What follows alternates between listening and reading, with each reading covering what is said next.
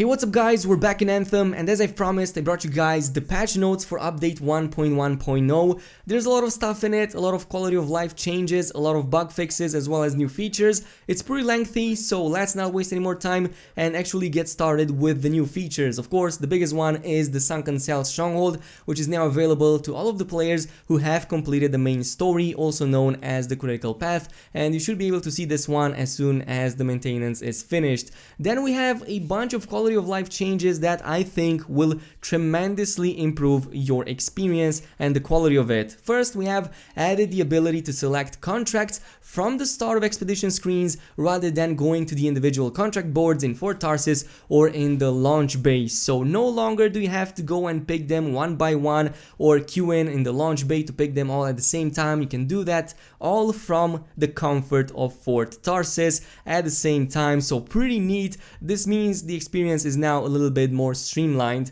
Then we have, of course, added the ability to launch a new mission from the end of expedition screen without having to return to the fort or the launch bay. And this, again, this is even bigger than the previous one. It means that if you want to, go on a farming session, continuously do missions over and over again right now without having to go through loading screens, this is probably going to satisfy a lot of people who are doing, farming still. Of course, there's a lot more that the game needs, but this is an amazing step in the right direction. So this came right from the community, and I'm glad that BioWare is implementing it. Nonetheless, moving on, we have added the ability to access the Forge during missions, strongholds, and free play, and now you can change your gear without even having to return back to Fort Tarsis or the launch bay. So each quality of life change is bigger than the previous one, and it kind of means that we're now able to change our loadouts on the fly. Is this not what a lot of people wanted? I'm pretty sure it is, because I know I wanted this one, but they are quite a nice surprise to have. Nonetheless, let's move over to some other general notes, starting with the additional Cortex entries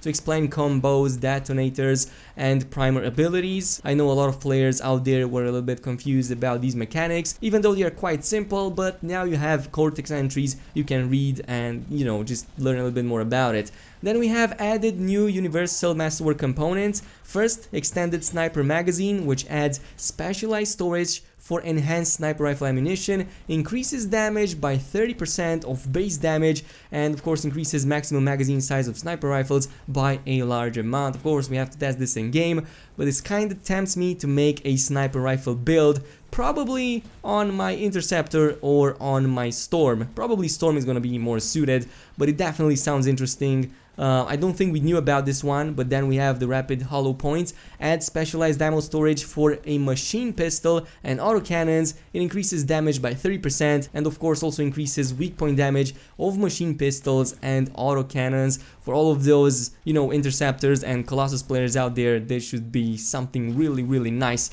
Extended Special Arms Magazine adds specialized ammo storage for heavy pistols and grenade launchers, increases damage by 30% and increases maximum magazine size of heavy pistols and grenade launchers by a large amount. Pretty nice and decent Universal Masterwork components. Hopefully there's gonna be more over there down the line. I haven't checked them all up. This is the first time I checked the patch notes, but it does sound interesting. Moving on though, we have added primer detonator icons in the Cortex next to gear entries. This is all nice. Fixed the bug where legendary Freelancer Javelin challenge objectives weren't completing correctly in the challenge journal. Resolved an issue where players were being kicked back to Fort Tarsis when loading into a quick play mission. Fixed the problem where the Arcanist Loyalty 3 trophy could not be granted on PlayStation 4, and a lot of people have been complaining about trophies not being given on the PS. Fixed an issue where the notifications for challenges were not appearing correctly. Resolved an issue where after respawning you could be downed again prior to reloading back in fully, and of course added speech to text. So very interesting, speech to text. Does this mean we finally have text chat in the game? Because it doesn't sound like it. It sounds like something different. I haven't seen something like this in game, at least not speech to text. Nonetheless, let's move over to some gameplay balance adjustments. In terms of masterwork weapons, Retaliation of Garatus, of course, Trajector Machine Pistol increases bonus from 200% to 400%. Holy Jesus, that is a huge buff. Rolling Carnage Vengeance Shotgun increases bonus from 50%, stacking 3 times, to 83.33 stacking 3 times. Last Stand, bonus from 200% to 225. Fist of Stroll increases bonus from 10% of 10 stacks to 16%, stacking 10 times. Unending Battle increases bonus from 110 to 135. So this is you know, a nice buff for those interceptors who are using the Unending Battle.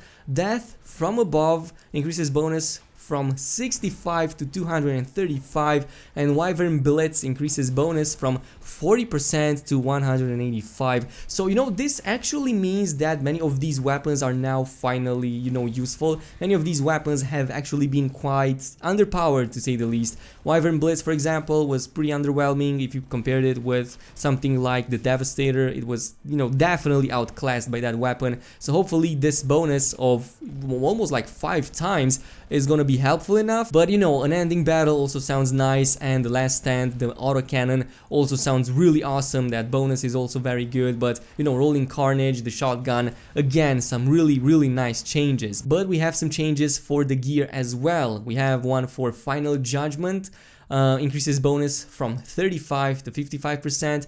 Fist of the Crucible, the flamethrower, increases bonus from 12% to 24%. So really nice. Interceptor, Serpent Veil, Venom Bomb increases bonus from 100% to 202.5, which means I just got a massive buff. My Interceptor's loadout just got a massive buff. So, you know, I can't be mad at that. That is actually really cool. Ruthless Stalker increases bonus to 110%, and Bitter Harvest again to 110% from 60%. Pretty nice, pretty nice. I don't particularly use these. Maybe Ruthless Stalker. I don't use the cluster mines though. I find the cluster mines quite weak. I'm not really sure if this is gonna change anything. Even this significant buff might still not change too much, but it's a step in the right direction.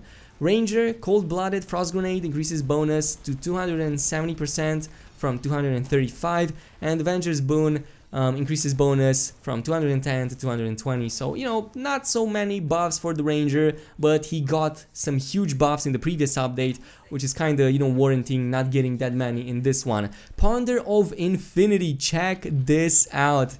My build just became even more insane. So do you remember how it increases bonus elemental damage by 60%?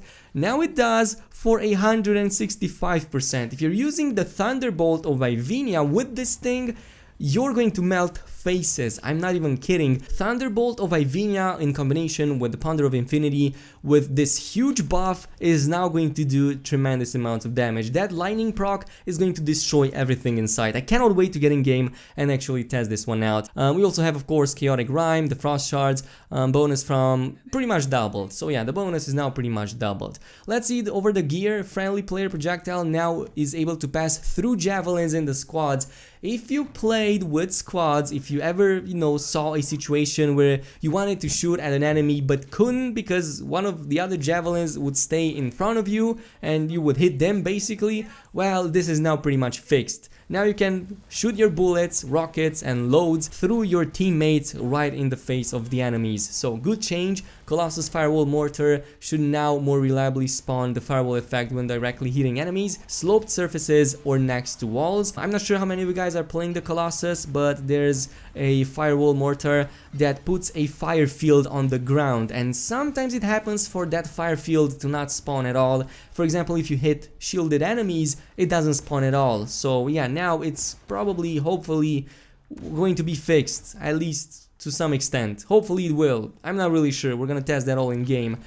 Status effect, delay between when players and creatures are frozen and when the visual effect is applied has been reduced to improve readability of the status effect. If a player applies a status effect to the already existing target, but the new status effect has a higher damage than the existing one, the damage will now scale to the higher value. Okay, this is gonna require some testing because it kind of doesn't explain too much, okay? It doesn't explain too much, but it sounds promising. If it applies the higher damage, then that is a good thing. It can only mean higher DPS, at least from what I'm reading. Players who prime targets for combos will now see the combo text when detonated by another player.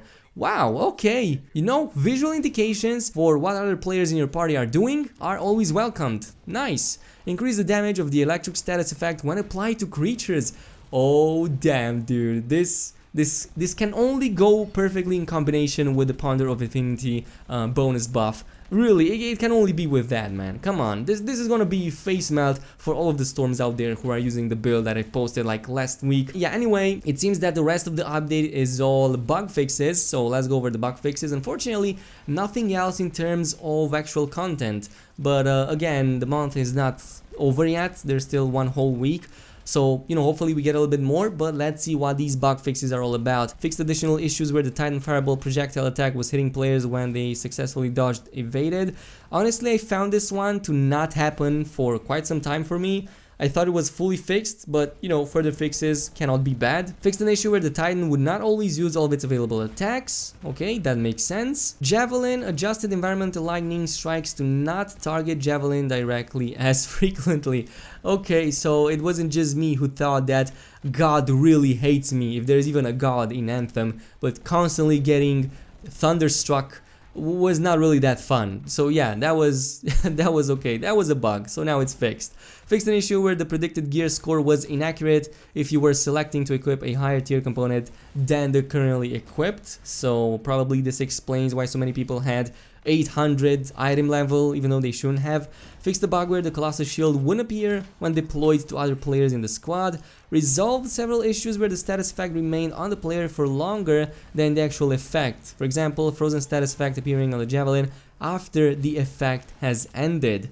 Okay. Fixed the bug where the Storm Shield did not get the intended 20% damage resistant increase while hovering. So there was indeed a bug, I was right about it. So I posted a thread on Reddit and I got pretty much destroyed for even bringing this up, but it seems that the Storm Shield did indeed not get a damage resistance when you were floating, and I couldn't help but notice this. I mean, if you played as a storm even for like, you know, one mission, you would realize this, but for some reason a lot of people have lashed out because I even dared to speak up against this. But you know, I'm glad it's being acknowledged and being acted upon. Nonetheless, fixed the bug where the Interceptor ultimate attack would not chain when holding the fire button instead of holding the melee button. Okay, curious, though I never encountered this problem. Bulwark Point now properly gets duration increase from utility duration bonus inscriptions. Fixed the bug where Interceptor melee gear was not going on cooldown when used in air. Fixed an issue where explosive projectiles were not affecting destructible combat objects like Scar bunkers, for example, but there are other destructible environmental props as well, not just the bunkers themselves, so like boxes and all of that during missions, pretty much a lot of them, but glad that this is getting fixed. Anyway, fixed the problem where the Storm Seal of the Open Mind Masterwork would incorrectly allow a player to fire 3 charges when the UI only showed 2 available. Seal of the Open Mind is basically that shock burst, you know, that bouncing electrical orb that you throw and it seeks targets. That was bugged, it's now fixed, but it now has fewer charges, so yeah, it's a bug slash nerf, but it wasn't intended in the first place, so now it's getting fixed. Another one is a bug where gear recharge progress could be lost if you used a charge while additional charges were being restored. Glad that that is being you know, taken into account. Components fixed an error where the Masterwork Colossus stock augment had a lower base percentage increase than its non-Masterwork counterparts, so increased from 5% to 35%. I hope it doesn't just apply to the Colossus, because there's other Masterworks in there with only 5% increases over, you know, their other variants in the epic category, so I hope there's more than just the Colossus over there. Fix the Ranger Grenade component tags to properly display the stat value percentage. This should be applicable not just to the Ranger Grenade component, but to others as well. There's a ton of others in there as well which suffer from this issue. Fix the problem with the Special Arms ammo component not properly increasing grenade launcher damage. And of course we also have a bunch more over here. There's actually a ton of bug fixes, holy Jesus. I'm gonna have to skip some of these because not all of them are that important, so I'm going to go over just the important ones. On the status effects slash combos, we have fixed some instances where multiple players contributing to a single status effect would see incorrect floating values, and the other one fixed an issue where you could receive a status effect from a creature attack while invulnerable. In the weapons category, a lot of stuff being fixed here, a lot of bugs regarding ammo pickups, a lot of, you know, balancing here and there, but I find the most important one, the Devastator Sniper Rifle weak point hit multiplier is now corrected to 1.75. I'm pretty sure that this is a nerf. correct me if I'm wrong, but this sounds like a nerf, because there's some multipliers in the game for certain bosses which go up to 5. So I'm not really sure, man. This kind of sounds like a little bit of a nerf to me. I think I'm not the only one who thinks that, but again, testing it in game is most probably gonna reveal everything that is needed. We have some text descriptions over here for critical damage, which is now weak point damage, impact damage, kinetic damage, impact resist, kinetic resists, and a lot of other stuff in there as well. In Fort Tarsus there's a lot of character fixes for a lot of characters that shouldn't be in certain scenes, so you can read that if you want to, but you know, there's nothing major in regards to this, so yeah, I'm not even gonna stay on that one. In terms of free play, we have fixed an issue where targeted creatures in free play would lose their target icon if you flew too far away from the arena and returned. Fixed an issue where sentinels disappeared from the sentinel support world event, making it impossible to complete the event. Another one is for the issue where you couldn't progress in the Tomb of the Legionnaire quest if one member of your squad had not unlocked that quest yet. I'm not even sure if there's anybody even stuck at this mission anymore, but you know, good fixes are always welcomed. So yeah, otherwise nothing too major about the free play. It's not gonna change anything significant. It's just, you know, minor bug fixes here and there. In terms of strongholds, downed players are now automatically revived when the stronghold boss is defeated. Thank you so much for this. So many times I have died at the same time with the boss itself, mainly in the Heart of Rage. So now that is getting, you know, a huge fix. That is awesome, honestly. It kind of reminds me of Division 2. When you kill the end boss in there, you also get revived yourself as well in the process. You don't need to wait for your party mates and be at their mercy to get revived. Another one which is a really damn shame is the tire mine fix, which prevented turrets from spawning in the second area before players were led there and the rest of the enemies had spawned in to fix an exploit. I really love this exploit. You could basically just skip the first two sequences or the groups over there and not do them. Just go in, destroy the turrets as they were pretty much spawned alone, and it would make the second section so much easier. But you know, it was an exploit and I get it, it's getting fixed, but you know, it was a little bit of a, you know, skill kind of play. I always liked it. I did this for, I'm not sure, maybe since the game released. It is now getting finally a fix, but yeah, it's regretful that we're seeing these kinds of exploits going out, because they aren't really that big of an exploit anyway.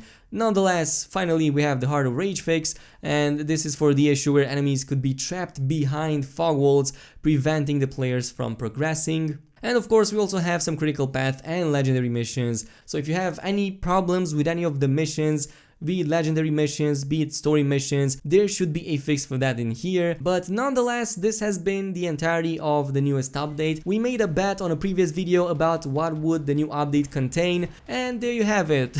It seems that we only get the stronghold with this update 1.1.0, but you know, it's not something I can be too mad at. There's new content to at least play with for another week or so. Hopefully in the meantime BioWare comes up with some new content to play around with. Of course, we still have the mastery system, the leaderboards, and I think it was the guilds. We also get a brand new 90-day roadmap update, so I think I'm going to bet that some of these will be pushed later in May probably. Nonetheless, the live stream will drop later today. Of course, I'm going to keep you guys updated with everything that is going to come up. And in the meantime, if you enjoyed this video, then you know what to do. A thumbs up and a subscribe would be super appreciated, and I'm going to see you guys next time.